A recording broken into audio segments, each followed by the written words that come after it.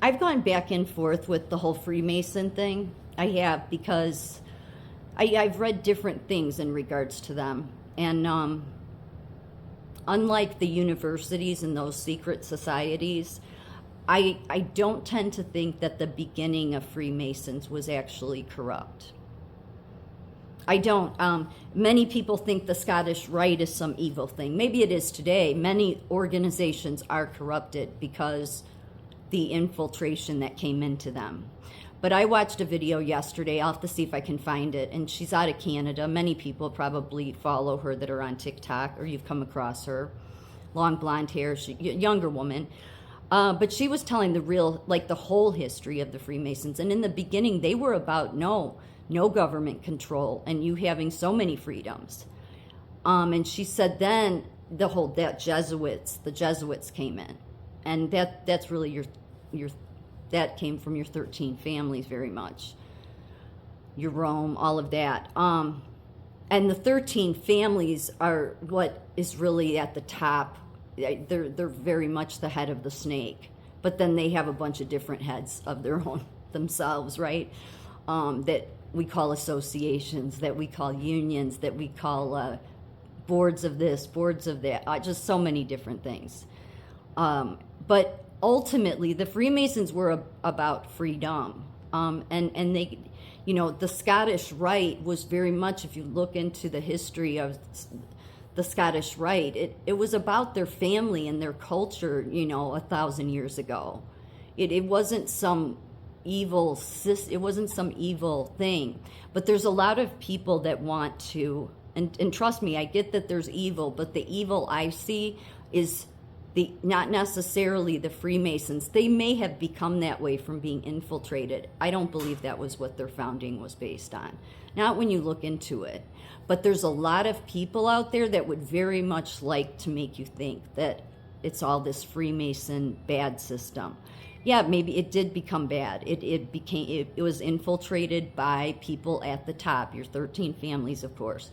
Your 13 families love money more than they love their own family members. They do. That's why they marry within their families, because they want to keep the money in the family. And then they create the Federal Reserve and the central banking system, and well, then they can always stay on top regardless of inflation or anything else. That is wicked, yes. The skull and bones and secret societies like that, those were created to be wicked. They were. And again, there is no conspiracy here. You go back and you look in the 1800s of the Yale newspaper, and the editors of the paper were writing, we need help. Skull and Bones is running the campus. They run the funds and everything into Yale. So that's the way it is. And there's 9 other secret societies besides Skull and Bones. Yet we don't have anybody to this day in any media that will address all the dark secret societies. Those are the dark, wicked secret societies, in my opinion. Freemasons, no, I've been on the fence with them. And here's why, is because down the road from me, and I live in the farmland, but there's a farm that has the big Freemason sign, okay? Not hiding it. And at first it was troublesome to me, but then I'm like, no, there's something tells me there's more to this. And that there's people that want to make everybody think the Freemasons are responsible. I don't think so. I think they were infiltrated and taken down a dark path. It's the same thing they do with everything. They infiltrate these institutions, they create the associations, and then they make sure who runs these associations, whether it's in education or healthcare or nursing, whatever it is, that the people running them at the top are going to go along with the agenda, and the people normally that have already been so controlled in their head to never think outside the box, as I keep saying, that they don't see how their organization has become a tool of tyranny on people. Because it's easy to say, no, the people that headed this institution and that is all evil. I don't believe everybody is all evil.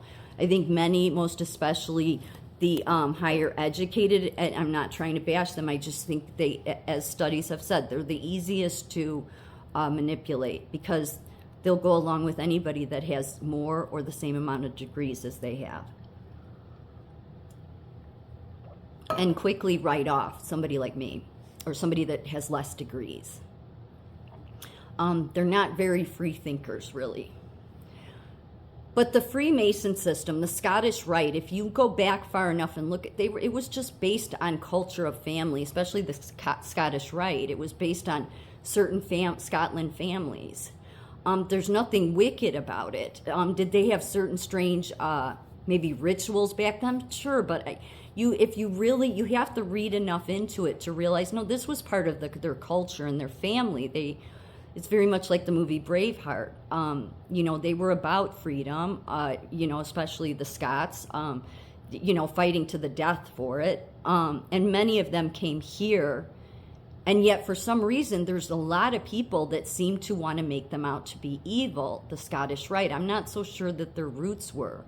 I think, like anything long-term, it can become infiltrated and take it off of its path, that it was what it was initially founded on. And I've said for years now that where the roots are to something is what matters, because the roots, and I say this because of the Bible, but the roots are what matter. If the root was rooted in something not good to begin with, then what it will eventually produce is a bunch of bad things. And there's a lot of areas you can point to. Skull and Bones and all the secret societies at Yale, they weren't created on good soil to begin with. But Freemasons, if you go back, their history initially was about all people being free and about helping men to become the best kind of men they can become. You can't really bash that. And the only part I could ever really say about them is that they became secret, and that's where people get. And yes, they over time have apparently have gone in some very wicked directions, right? But their roots didn't start there. Somebody came in and took it that, probably because it was something initially that was good. It was good for men. It was to help men. Was it a social club? It was more than that. It was something to help develop the best kind of men, strong men. And then somebody came in and overtook it. So I think there is many people in this country and other countries that really want to take focus off where the real problems are, like the fact that nobody ever talks about the secret societies in the universities and get you all focused that Freemasons or Scottish Rite is the problem. I don't think so. Not when you look at, you have to see where the roots go. And so the very fact that I live out in the farmland and down the road in front of a standard farmhouse is this big, compass Freemason sign, and they're not hiding it, tells me that, the image of what they initially were, they're not trying to hide, and they were something that they were proud of, and it does, stem from really the Scottish Rite. And I don't think you can really rip on the Scottish Rite, the Scotland families. But there's people, I think, that want to take you away, want to keep you focused that that's the problem, when really the problem is in the universities. And yes, the Freemasons were taken over, just like every sector of everything around us has been captured. But it's important to know where the roots began, because it doesn't necessarily mean that they were always something that was tyrannical or wicked. But people that want to direct your focus away from all the universities and all of their dark societies that were started in something wicked to begin with, because it's so dark and secretive, well, they would want to get you focused that it's all the Scottish Rite and all the Freemasons. I don't think so.